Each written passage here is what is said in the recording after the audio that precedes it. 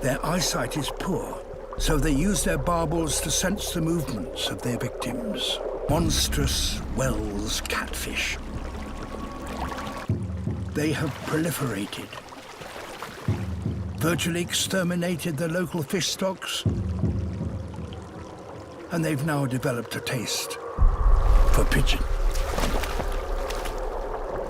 Their eyesight is poor, so they use their barbels to sense the movements of their victims.